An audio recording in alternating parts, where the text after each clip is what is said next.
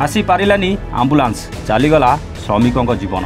दुर्घटना रे दुई ड्राइवर मृत्यु को नहीं पारादीप बंदर समस्त फाटक अवरोध कले श्रमिक।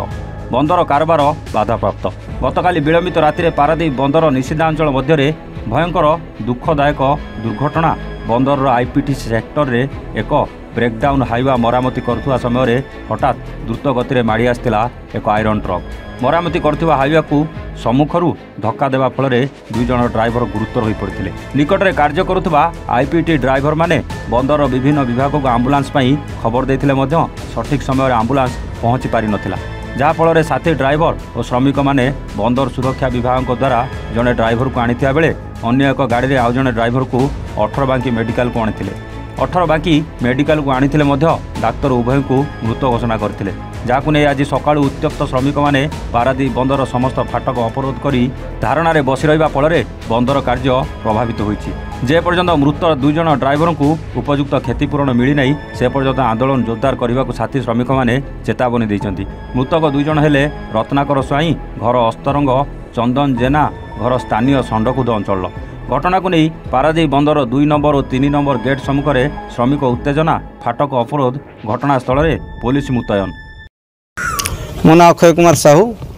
तो काली जो केस है राति 12:30 गोटे पाखापाखि तो आमे माने भी अनलोडिंग करूँ माल तो ग्रुप रु मेसेज आसला जे एक्सीडेंट हो गला बोली। तो आम सांगे सांगे से जगह पहुँचा जगह देखिलु जे जो भाई आमर एक्सीडेंट मृत्युवरण कर जो 2 जन भाई भर जड़े बापा ना हूँ चंदन कुमार जेना जे मृत्युवरण कर बापा निजे थिले सी कोल धरिकी से बसते आउ माने सी कोल धरिकी बसते एवं आंबुलांस को फोन कराइला। आंबुलांस सठिक समय रे आसिया माने असमर्थ है।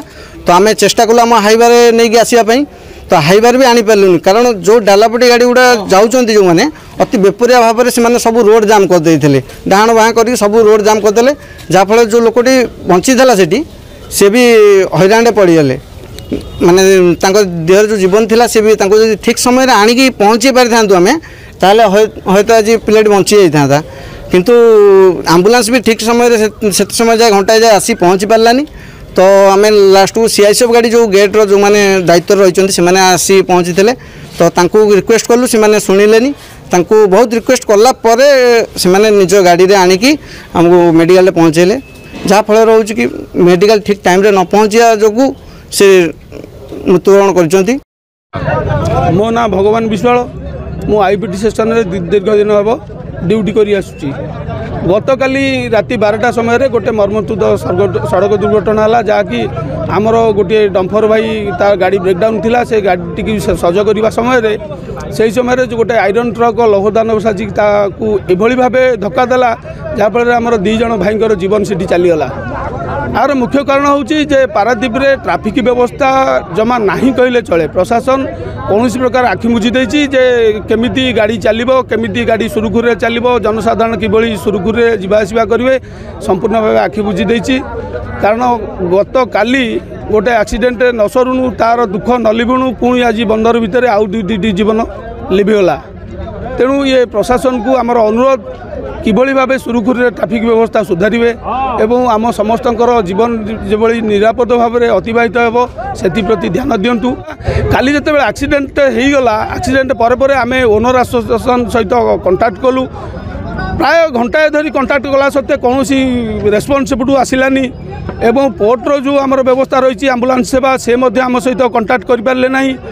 सीआईएसएफ गाड़ी की आम गोड़ हाथ धरलु जे आम पिला को टिके नहीं जाओ से बहुत रिक्वेस्ट कला गोड़ हाथ धरला घंटे 45 मिनिट पर आमर गोटे पिला को नेला बसैकी आउ जो गोटे पिला को आम अलग गाड़ी में नहीं आसलु 2 नंबर गेट रे आमको छाड़े ना बाहर को जहाँफल से पिलाटी छटपट होता है मेडिकल में पहुँचला बेलू तार शेष जीवन दीप लिभिगला।